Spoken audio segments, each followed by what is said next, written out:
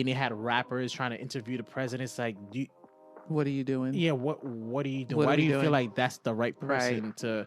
They don't, and I think they're fully aware. They're not illustrating Black people, they're illustrating ghetto behavior. So I'm gonna call it what it is, okay? There is a very big difference. Ghetto does not equate Black. Yeah. Period. I wasn't exposed to people of European descent until my teenage years. So I honestly formed an opinion of who they are and what they are based on what I seen on TV. Saved by the Bell. You know what I mean? Like things that I watched on TV, Full House.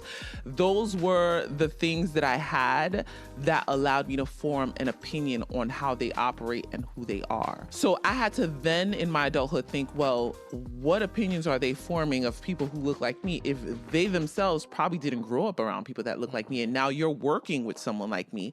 You are not aware in any shape or form how I operate, how I am. You've already formed an opinion of me prior to meeting me because of what you've grown up seeing. And it's the same thing.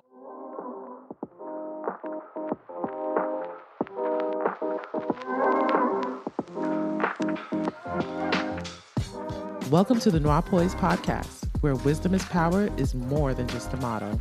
It's our way of life. I just want to say the things that I see portrayed to represent Black people on TV now.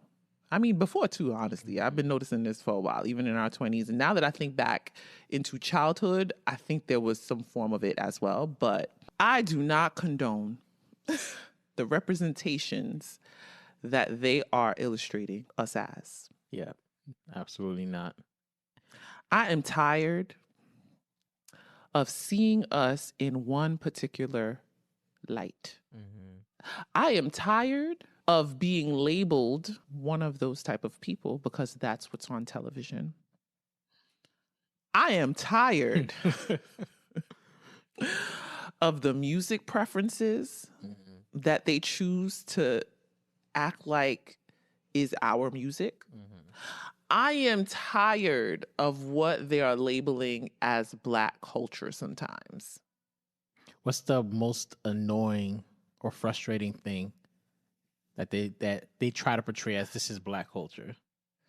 That we all speak the same, we all think the same, we all dress the same, we all like the same music, that we all on drugs. We got multiple baby mothers, but multiple baby fathers, that we're on welfare, that... I said one. That I am, honestly, I'm just tired because for a long time, you know, you don't realize that you thought the same way because of what was fed to you until you become an adult. At least for me, this was my experience. Until I actually got into my 20s and I'm like, I don't know anyone who falls in that bracket. Like all the people that I know, and I'm surrounded by Black people, whether that's family, friends, people that I network from work or whatever it is. I'm surrounded by people of color who do not fit in that criteria. So for me, I'm like, where are they? I think the point, honestly, is to get other people to think that's how we think. And that's what I noticed in my adulthood, is that it's to control a narrative on what and who we are. It's basically what it is. And I'm tired.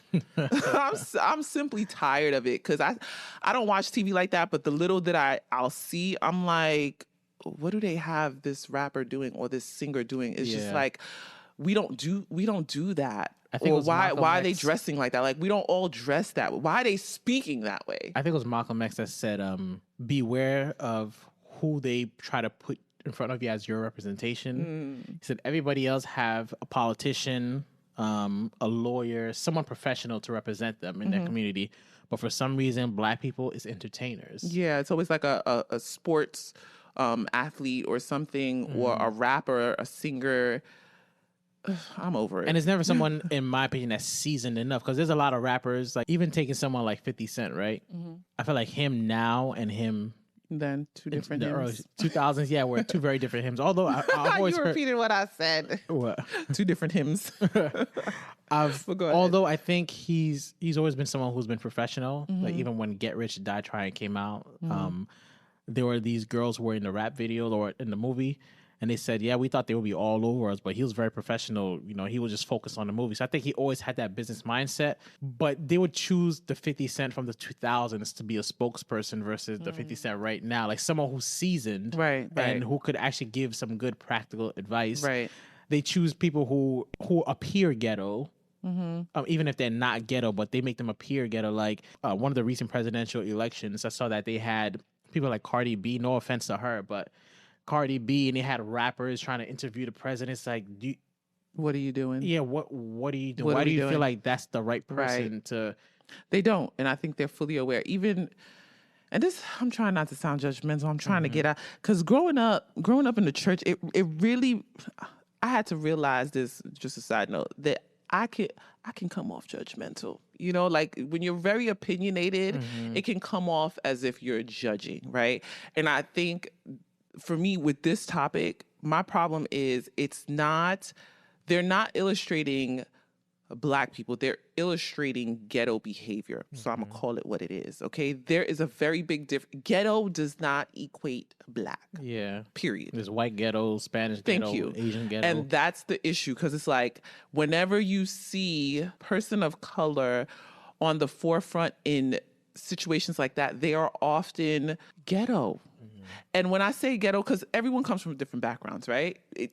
I could have been the same way, right? We all come from different backgrounds. Of course, everyone is trying to better themselves and evolve, so on and so forth. But I feel like it's always someone who's comfortable in their ignorance and has no problem operating in that ignorance on the forefront. It's like, why not choose someone who that was their background and they chose to elevate and grow and become better?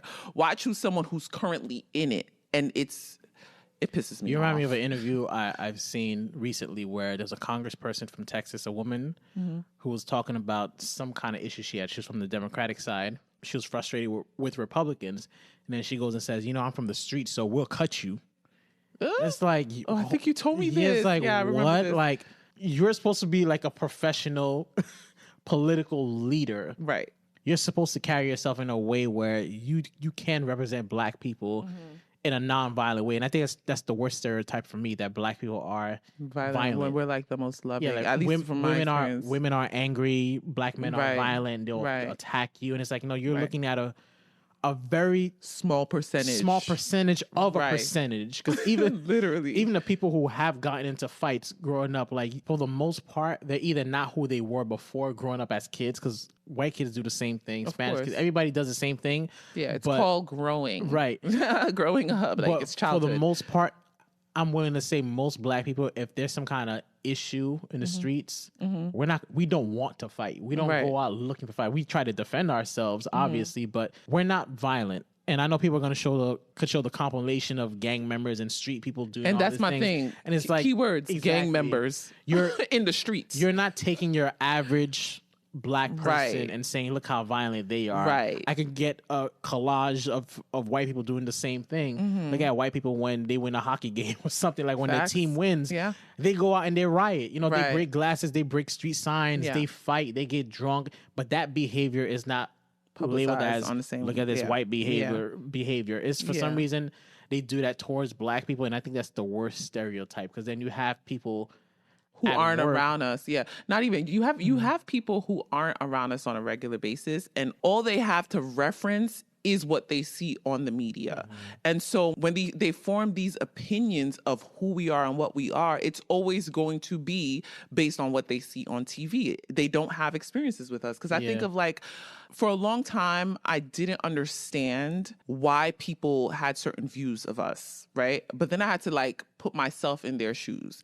I had to think of my own childhood and the fact that I personally was not exposed to individuals outside of my race or the Latino race or Indian race, right? I wasn't exposed to people of European descent until my teenage years. So I honestly formed an opinion of who they are and what they are based on what I seen on TV. Saved by the Bell. You know what I mean? Like things that I watched on TV, Full House. Those were the things that I had that allowed me to form an opinion on how they operate and who they are. So I had to then in my adulthood think, well, what opinions are they forming of people who look like me if they themselves probably didn't grow up around people that look like me? And now you're working with someone like me. You are not aware in any shape or form how I operate, how I am. You've already formed an opinion of me prior to meeting me because of what you've grown up seeing. And it's the same thing on both sides, right? Like when you grow up as a Black, at least for me, when I grew up, I automatically assumed like, yeah, their college is paid for. Their parents are successful. They have big houses. They're good financially. Like that's been the stereotype, that they are good financially. They're rich. That's crazy. Yeah. And they're not. Let's be honest. They're not. But that was what the opinion that I formed in my mind without realizing. And it's not until I started going to high school I went from literally an all Black school to Asian and Spanish school to an all white school. And they were very drastic, different culture shifts for me. Like, so I had already formed an opinion on who these people are before I could even have a conversation with them. If I'm completely honest, I had to do a lot of internal work to realize what I thought of people subconsciously without actually meeting the individual. Yeah. And I had to realize, like, yeah, they do it too. Because a lot of comments or a lot of things you hear people say, I had to realize, like, they really aren't aware of what they're saying sometimes. Now, don't get me wrong. Some of them are. Some of them intentionally do it. But I also had to realize the innocence in it too, because I myself did it the opposite way. Yeah. So I remember working at a facility where it was very diverse. It was a very diverse facility, but a lot of the managerial individuals were white. And I remember this one woman was talking about the area and how she noticed like there were like young kids, predominantly boys, that were like in the area and they were sagging their pants. And I'm sitting in my office and we're just having like, she just stopped by. We're having a random conversation about like, the kids and stuff like that. Just generally about kids, right? She didn't have to tell me what they look like, but then she continues to go, she was like, why do they do that? And it wasn't rhetorical. Okay. She was waiting for you to answer. She was waiting for me to answer. I'm a woman, a grown woman at this point. I'm an adult in my career. I don't have sons. I don't have brothers. She's aware of that. And even if I did, it was inappropriate. And she genuinely came to me and asked me, why do the young boys sag their pants? And I stared because I was confused. So we stared at each other and I was like, I don't know. I don't know the kids that you're referring to that you saw down the block, but I don't know why they sag their pants. And I thought about that moment a lot that day. I thought about it and I'm like, why would she feel the need to ask me that? Obviously, it's because I'm Black. Yeah. You saw my skin and you assumed that I know and understand the culture of sagging pants. I never did history research on it. I mean, now I know. But at the time, I was fully unaware on why it was a thing. I just knew that rappers do it and kids obviously follow what they see on television and they do it too. I literally looked at her different from that moment on, but I had to really do internal work and realize like, it's not her fault. She probably just thinks it's Black culture to sag your pants. And I'm like, growing up, like, my family members were not allowed to sag, like it was not a thing. They were not allowed to sag their pants. And if they caught you sagging your pants, as a Haitian American who goes to church, they caught you sagging your pants. Look up what bâton means in Creole, okay? Look up what bâton means in Creole because that's what you got. So for me, I'm like, it wasn't something that was praised in my family or where I come from. So I'm like, yeah, we see it on TV, but it's not part of my personal culture. But I know that there are a lot of us at the time that did it, but it was because it was on TV. Kind of like the white kids, they do this thing where they got the bunch of hair all up in their face. Yes. And they can't see. Like when I went to high school with a bunch of skater boys, it was new to me. I was just like, why do they do that? They can't see. But it was just what they saw the punk rock singers do. So they did it too. Same thing. Yeah. It's just children being children imitating what they think is cool. Right.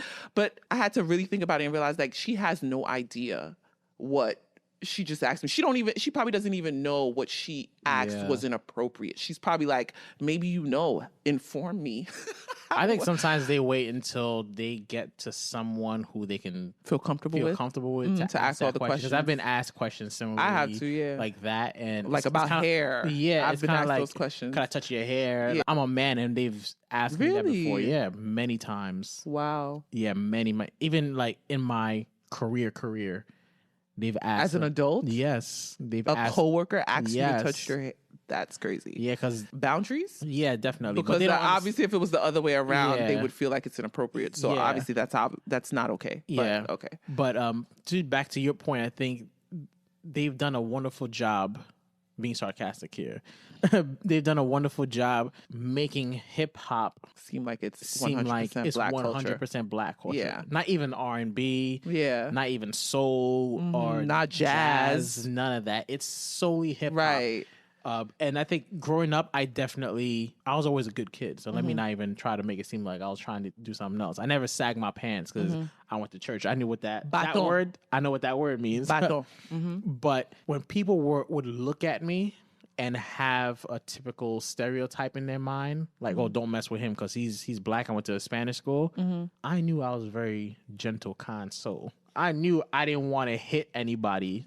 Like, I love boxing and everything, but I never want to just hit somebody in the face, see you bleed. But I ran with that stereotype. A lot of young boys do. I didn't smile. I've witnessed that. I didn't smile. I stared at people. And that's really sad. Yeah, I wasn't allowed to be myself. And sometimes even the men I know now, if you look at them, they look like this. And sometimes I wonder to myself, if other people who are not black look at them, they'll be like, "That's one of them angry black men." He's just until you see them laugh. I have a family member who actually said that. He was like, "Yeah, I don't." At one point, he was like, "Yeah, I don't smile." And I was like, "But you have a beautiful smile. You should smile." It's not until he got older and he realized like him not smile could come off as a threat. He now smiles all the time, and I'm like, they're regular. People, yeah, these are just people who unfortunately have been told stupidity. And it has embedded into their brains. And so they carry on this idea that they have to look a certain part or they have to act a certain way because of who they are and how they look. And it's ridiculous. I actually changed my mind about the stereotype. I still hate the violent stereotype. But if you're punctual, if you speak well, you're no longer black. Oh, that one has happened to me. You're no longer black. If you have your grammar right, you ain't black anymore. God forbid you speak English. That's one of the stereotypes I hate the most because then it makes I don't find that happens anymore. Maybe because we're surrounded by adults, but I remember that being a thing in our teenage years. Teenage years and early 20s, they're like, well, you talk like a white girl. Yeah. And I'm like, and the funny part is the white girls are probably like, she uses a lot of slang. But whatever. You can't win. They used to call me, do you remember this? My Bethany fam. Love y'all. But that was a thing because obviously I transferred into a school that was predominantly white, mid-high school. You become who you're surrounded by, let's be honest. So I didn't notice I started speaking a type of way, but apparently people called me an Oreo. And now as an adult, I'm just like, yo, that joint is ridiculous. Honestly, when you really think about it, it's stupid. It is stupid. Very stupid. Again, it just re-emphasizes that they want to highlight the negative aspect of blackness. Not even blackness, because of human nature. We get to the negativity of human nature becomes our forefront. Like even when I was getting good grades at school in high school, and they noticed that I was smart, I was respectful to the teacher. Some people would try to call me Carlton or something because it's like, oh no, that's a bad thing. Yeah, but at that time, of course, it felt like it. It felt like it because you're not cool. Everyone just wants to be cool these days. Okay, that's why they sag their pants. Cool. Yeah. Okay, or even that's why they want to be thugs when they're not cool. It's cool. I don't know if they still do this now, but the church we went to, there were some young men I'll talk to about that, like, why are you sagging your pants? And at one time I said that to a young man. He's like, I'm not sagging my pants. I'm like, bro, I see your boxers. You're sagging your pants. And he's like, no, I pulled my boxers up so it looks like I'm sagging my pants. But again, it's just so like funny. We end up trying to fall into the hype of what black people should be, a black man should be, a black woman should be, because we're afraid of being ostracized. We know that if black people see you as white, they're not going to want you. If white people see you as black, they're not going to want you. So it's such a shame. Yeah, and I wish I knew this in my youth, where just be yourself. Right. That's what I was gonna get at. I feel like it's because we're always trying to force people into boxes. Because now that I'm an adult, and it's not about race all the time, it's about like your political views. It's about like your views on, I don't know, like religion or something. Religion, yeah. Like people will always try to fit you in a box, and I think that's the main problem is that we're none of us are the same. We're not the same. Whether it's black people, black people are not all the same. Yeah, do we have foundational things that may be similar because we grow up in the culture? Yeah, but we're not the same. And it's the same with religion. It's the same with education. It's the same on so many different levels. So I think the problem is always trying to make people feel like they have to fit with a specific group, and we're not allowing people to be individuals. I think back now and I'm like, dang, I wish I had more confidence to just be myself and not care what everyone else is saying, because that's where obviously we're at now as adults, where you're just like, I don't care. Like, this is who I am, and I'm comfortable in who I am. But we don't instill enough confidence in our children to feel that way when they're actually going through those pressures or labels or opinionated people. But that brings me to the whole idea of having to represent everyone who looks like you when you're in a space where you're literally the minority, right? Like in a space where you may be like one of the only black people, you feel like you now have to represent every black person, so you don't feel you don't feel like you can be entirely yourself. That's something that I personally struggled with a lot in my 20s, because I was in spaces, whether that was during high school or college or my career, where I wasn't around a lot of people who looked like me at some points. And it felt like I had to then represent every black girl. And it's a lot of pressure. And again, I feel like I wasn't confident enough to not do that. It's almost, it's not even forced, but it's like it just naturally starts to happen. You start to like speak a type of way. And if y'all know, y'all know. I know y'all doing it too. I know y'all doing it well off in y'all 30s right now. Leaving corporate allowed me to be able to realize that about myself. There was even an episode that we did where I felt like my voice sounded so professional. And I was like, why am I doing that? I didn't even notice I did it. Yeah. You know, and so clearly it's something that still happens. Are you talking about like having your work voice? Yes. Yeah. The work voice. I know y'all got the work voice, because I still find myself doing it without realizing it. And I have to, in my mind, realize I'm doing it. And I'm like, stop. Yeah. Talk like you. But do you know why? Because I think I have an idea why I don't have a work voice. I got a job interview voice. You're gonna get me when you hire me. You're gonna see the real me from day one. That's so funny, because I've heard your job interview voice. I for think sure. I do it to appear more friendly. I think I'm afraid that the bass in my voice is going to somehow intimidate them.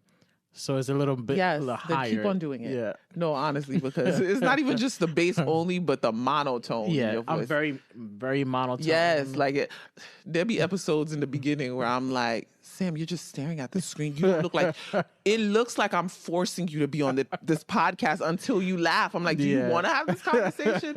But people who know you will know that that's just your face. But for me, I don't know if that's what it is. I don't know if it's about intimidation. I feel like I just do it because maybe subconsciously I think like that's how I'm supposed to sound when I'm in the workplace. I think it's because you want to sound friendlier. You don't want to sound like a threat. Yeah. But my voice is not a threat, my natural voice. Is my voice a threat, guys? Your voice is not a threat, but I think your voice, and not just you, I'm saying like... Generally, yeah. One thing I would say that about black people, and not all of them, but I think we can appear very dominant. Have you ever seen black men playing basketball or even having a debate about something, or women going back and forth and talking? Oh, passion. Yeah, there you go. The word is passion. Black people we're do passionate. have a lot of passion, and that passion could be misinterpreted as something else. And I think subconsciously we're aware of that, and we're just very careful not to... I've never thought of not that. to have people misinterpret that, is what I'm saying. I'm gonna do some thinking on that. I don't feel like that's what it is, but I don't know. I have it. Till this day, I'm still trying to figure out why does it happen? I'm like, why does that happen? Like all of a sudden, and it's not like it's extreme, but I feel like there's certain words I'll start to say a little more or say a little differently. And I'm like, why did I just do that? Yeah. Yeah. But anyway, sidebar. Point is the work voice. Why do we do it? And having to represent every other person. And when you said the thing about like people at school felt like you were tough because of your skin color, because of that, you then felt like you had to represent that, right? That's why we do that in the workplace, is because we feel like we have to now represent every Black person. I literally felt that way. I'm like, I don't want to make my Black girl seem a type of way. So I'm like, let me, I don't want you to think like this is how Black people are. So it then forces you to like, you can't show emotion. At least that's what it felt like for me. Like I felt like I had to hold my tongue a lot, not show as much emotion. And then when you bottle that in, it at some point comes out. It just comes out in a way that you wouldn't want it to come out. Unfortunately, they look at you like, there goes the angry Black girl. I knew it was in there. I've been guilty of this. Problem. I've been guilty of this where I'm the only Black person in the setting, and I'm holding it down for everybody, for all the Black people out there. I'm doing a great job. I'm getting compliments, But then I see another Black person come in and they start messing up, and I'm like, they start messing it up. Not messing it up, but they're not doing as good of a job. No, I'm talking about specifically for the job they're doing. Wait. Right. I'm going to add more context. Yes, please, because that did not sound right at all. Let's say I'm a mechanic, right? Okay. But I'm a mechanic in a big company where there's all white people, and I'm there for a while. I'm doing my best to represent Black people because I feel that pressure. Okay. Then comes how are you representing Black people? That's what I'm trying to understand. I'm on time. Oh, okay. I'm respectful. Punctual. Yeah, I'm punctual. I'm respectful. Okay. I don't feed into any of the Black stereotypes. Okay, I see what you're saying. So, which is crazy because that's just you. That is just whatever. Me. Yeah. But and then they hire another Black mechanic. I see another Black mechanic. In my mind, I'm ashamed to say, I'm like, bro, I hope you keep coming in to work late. You keep coming in and doing what you got to do. But then when they start to be late, you're like, oh damn, I know why you late, but come on, man. So I start to feel embarrassed, and then like, let's say they just so happen to be someone who doesn't dress up like I dress up, because I used to dress up to work. I know they're going to be like, why are you always wearing jeans for? Like, oh, I heard the rap music you were listening to. I heard, like, why do they like that song? They say so many. I felt like that pressure of, dang, now I'm a little embarrassed because I'm trying to do a good job. I know I feel guilty about it, but I've experienced that before. And I don't think it's just me, because I've seen this before, even in media, even though it was said in a joke where, I don't remember where it was from, but she had other Black people come along to her around her coworkers, and she said, y'all don't embarrass me now. And when she said that, I'm like, yo, I know what you feel like. Interesting. You've never got that feeling? I feel I wouldn't use those terms. I don't know if it's embarrassment, but I have been in spaces where like someone says something and I'm like, now they're gonna think all of us think that way when that's not the case. It's that for me, where it's like, or someone does something and I'm like, they're gonna think all of us do it because you do it. When and I could be the complete opposite. Like we're the complete opposite of each other. And because they do something or they say something, it then gives the impression that everyone who looks like us does that when we don't. So that has definitely happened, but it's not the term embarrassing. Like, it's not like I'm embarrassed. It's more so like, well, there you go. They're going to think I'm like that too. And now I'm going to have to answer a question. That's usually what it is. But speaking of that, there was a video where I don't think you've seen it. No. I've seen it, and I don't agree with his conclusion, but I thought it would be interesting to bring up for this episode. I'm not going to give too much, but we can go ahead and play it. Okay. Like I said, it just seems like the Black community is not getting better, and it's never going to get better. The Black community will literally be like this in a loop until the end of time. If nothing has changed in all these amount of years, it's just never literally going to change. There's still going to get that same ingredient of ghetto. The only way, unfortunately, to break the cycle is to go biracial. You have to go biracial to erase the raw virus. Blame our fake Black American culture. Blame the music. Blame the extreme hyper materialism culture that we have, if that's what you want to call culture. Blame the role models. What do Black chicks got even to look up to? Cardi B and Sexy Red. It's just going to be a never ending cycle. A lot of those Black boys you see that are obsessed with NBA, their fathers are not heroes. If you grow up Black, 9 times out of 10, we don't look up to our dads. We look up to the niggas that are on TV, the rappers, the Black motherfuckers in movies, the athletes. We don't look up to our fathers because the niggas just go to work, come home, and say, man, don't be out there doing dumb shit. That's not enough to really look at your father as a fucking hero. If your dad is an ultra successful person, you're going to look at that person as your hero. But if your dad's an NPC, the posters on the wall are going to be a fantasy. Every time one of these stupid clips get posted on social media, it just resets the Black timeline every single time. Like his conclusion was to marry outside your race, which is definitely not the answer. But I don't like his delivery. Yeah. I understand what he's trying to say, but the delivery was very judgmental. Yeah, I saw and not putting enough accountability on the right areas, in my opinion. Yeah. I agree with the whole judgmental part. He was rude, obviously. When I first saw this video, I looked past that, just focused on the context, because I think we'd be kind of ignorant to ignore some of the things that he is saying, or young men are looking up to these artists, you know, and entertainment industry.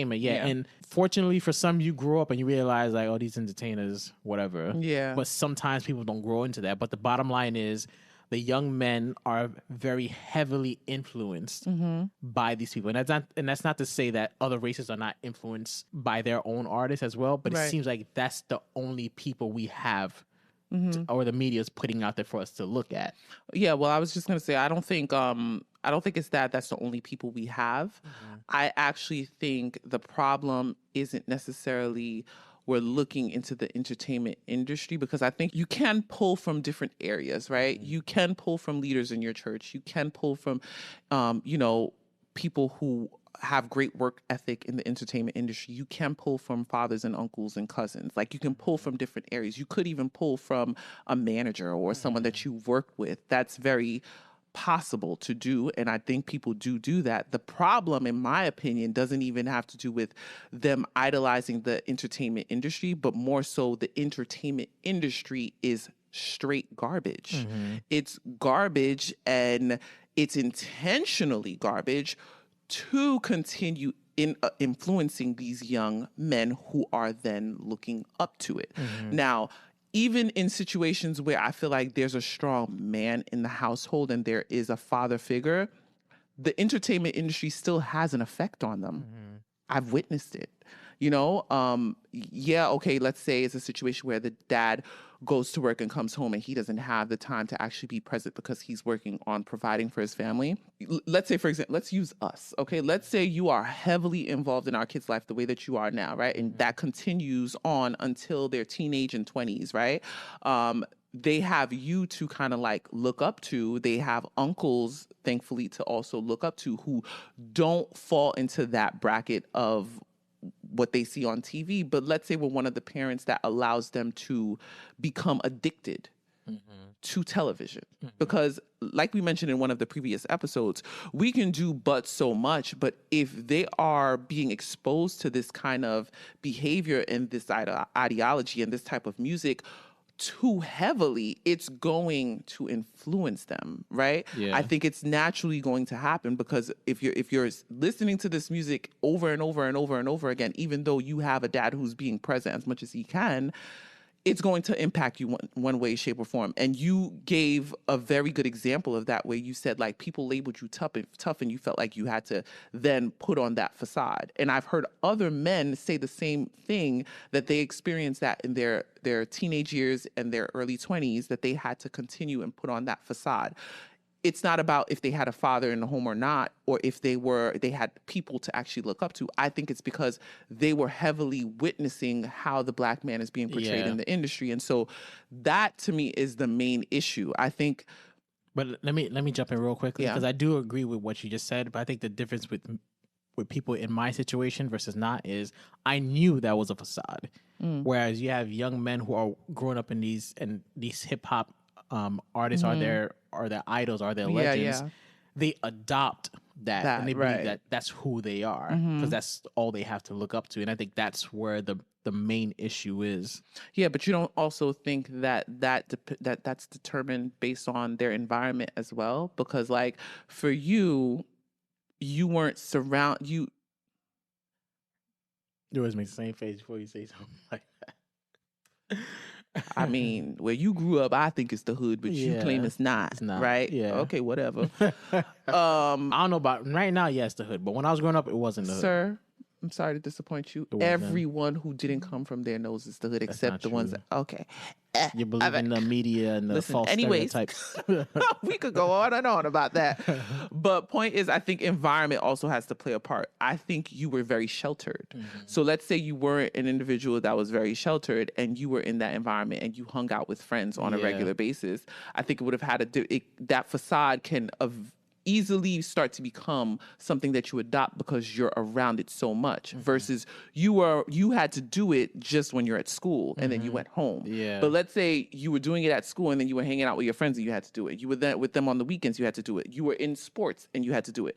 That wasn't your story, so you only had to do it for that time period. So I think looking at environment is very important too. I think a lot of times young men adopt it because they're heavily in it. If you have to keep on putting on this facade for the entire day, all day, every day of the week, for months, for years, it is going to become your identity. And I think that's what's happening. Young Black men feel like they have to be these tough hood dudes when you really don't. But that's what's being portrayed as what they should be. And that's what's being portrayed as being like masculine. That's what's being portrayed as being like a man. So the young men then feel like they have to put on that identity. Because I know young people where like they went through phases of like they're sagging their pants, they're putting fake earrings on, they're wearing their fitted the type of way. And it's just like, nah, bro, you know you don't come from that. You know your dad wears slacks every day with dress shoes. You know your mom. You know what I mean? Like, you know you go to church every Sunday. Okay? But that's unfortunately in situations where they're watching those people on TV heavily. And so it's influencing them.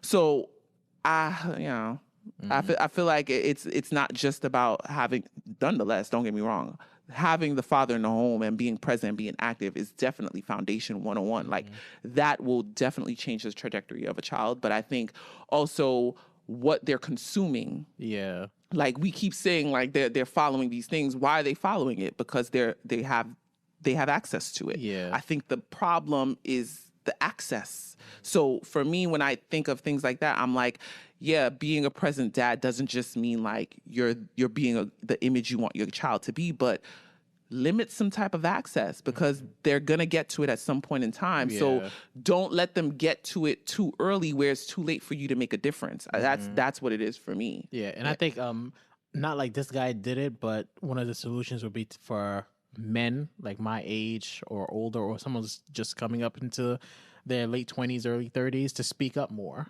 you know, to be that better example. Because I think a lot of times what would happen in other cultures and even old school Black culture, like years ago, if I see a young man that I don't know doing something wrong, I correct them with love, you know, instead of just saying, yeah, you know, he's or gone. Saying like, oh, these kids these days, yeah, they're lost cause. They different, yeah. For some reason, I never forgot this. I went to a barbershop and there's this guy who dressed up. When I talk about dressed up, like Steve Harvey dressed up just to cut hair. You went to this barbershop? Yeah, I went to this barbershop. Oh, that's cool. I never forgot that somebody else came in who wasn't Black but was into weed and all that. And they're talking about how much money they had or their sneakers cost.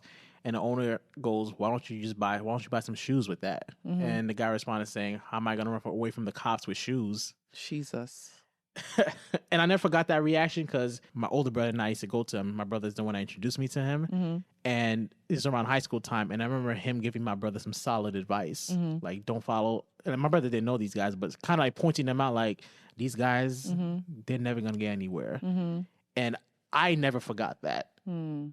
And I only went to him a couple times. So if men, I think, spoke up more, you may not be able to save everyone, but there's somebody that's going to catch you. And I think that's starting to happen now with the change in hip hop. Like people are not listening to hip hop as much as what used they to. label as hip hop. Right, Because what they honestly, the label hip as hop hip-hop. now ain't hip hop. I'm sorry. Yeah, They and I don't- think people are starting to focus more again on the lyrics. Like I see Yeah. people posting up memes of them listening to certain songs. It's like, what is this? what are you saying? You know what's crazy about that though? Because I listened back to like some of our songs, and I will forever listen to the 90s music. But sometimes I listen to the lyrics and I'm like, our parents, like, they let us listen to this at that age. So I think that there's always going to be some form of like Yeah, toxicity yeah, definitely in the lyrics, you know what I mean? But I just think it's gotten so much worse. Like when we were growing up, we knew there was songs like, yeah, that song is crazy. Yeah, Now it's like, it's rare to find a normal song. I don't even turn on the radio in the car ever anymore because I'm like, every time I attempted 2 years ago, I'm like, what is this? yeah, Like, what is this? Like, this is what people are consuming every day, all day. And you have to remember the entertainment industry is not to cater to people our age. It's for the youth. Yeah. So these are children that are like 12, 13 that are consuming this type of music about drugs, sex, this, that, and the third. And it's like, yeah, we had those songs when we were coming up, but now it's like, wait, what did you do? it's not as subtle. Like they don't use code There's words. no They just subliminal say it. messages anymore. It's paint the picture directly in for your you. face. Yeah. No, literally. So I really feel like as much as the home, definitely, that's the main important thing. But let's be honest, the media is trash. Yeah, We can't deny it. I think limiting access is very important. So Yeah. the involved parents, I feel like at this point, we got to limit access. Like Yeah. if clearly there's an agenda here that they're trying to infiltrate this type of stuff into our youth. So as involved loved ones in these young people's lives, limiting access. Yeah. You're not allowed to listen to that right now. Yeah. You know, like you're not of age. Let me explain to you what it is first before you actually dissect it. So that way I'm the first person to inform you of what it's discussing Yeah. rather than you hearing it from a rapper that has tattoos all over his face and 20,000 chains on yeah. and talking about... And it's Lord sound knows. judgmental, but I'm gonna go ahead and say it because just like they would make fun of people for being an Oreo or like Carlton or just for being proper, I think we need to start aggressively Making labeling fun of them. It's not something to brag about that you have 3 baby mamas. It's not cute. That's embarrassing. Like Yeah. choose one and go fix Yeah. that house kind of thing. Like we Yeah. shouldn't. You have no worth. Yeah, is what we you're shouldn't be- you're letting us know. Like you do not find yourself I don't know if worthy. this is still a trend, but people getting tattoos on their face, like stuff like that, shouldn't be hyped up or, Right, or right. congratulated. I love that. Doing the opposite. Yeah. The good has the power to override anything Mm-hmm. else. So I think if we speak up, especially us men, then things will start to fall into place because Black culture is beautiful, Beautiful. but unfortunately they take that It's small they're percentage tainting it. Yeah, exactly. and make it seem like that's what Black culture is. And That's not what it is. That's really what it is. The percentage of what's shown on television oftentimes isn't Black culture. Mm-hmm. Okay. Our culture is, like you said, it's beautiful, it's phenomenal, but they show the toxic part, and I'm gonna say, call it like it is. They show the ghetto side, okay? They show the ghetto side and they label it Black culture. No, that's not Black culture. That's ghetto Yeah. culture. And I think we need to start differentiating what is Black and what is ghetto. You know, Chris Rock said this, and I'm happy he said it. When I first heard it years ago, I was kind of like, why did he say that? But he said there's a civil war in the Black community. Is Black people and N-words. I don't want to say the word because I don't know how YouTube works. And N-words. And he said, and N-words have got to go. Yeah. So like, anytime Black people try I've to heard build that something, before. it's N-words that come there and they just destroy mess it it. up. Yeah. At first, I thought it was controversial for him to say that, but I'm glad that he said that because a lot of people who are not Black do listen to him. And I think for the first time, they heard like, oh, there is a distinction Yeah. between ghetto behavior and, so funny. and just regular Black people. Yeah. But like you said, Black culture is beautiful. I love it personally, but you know, we got to also realize that there are specific people feeding the media. It's controlled. Yeah. So limit the access to the people that you love if you can limit it, and inform them prior to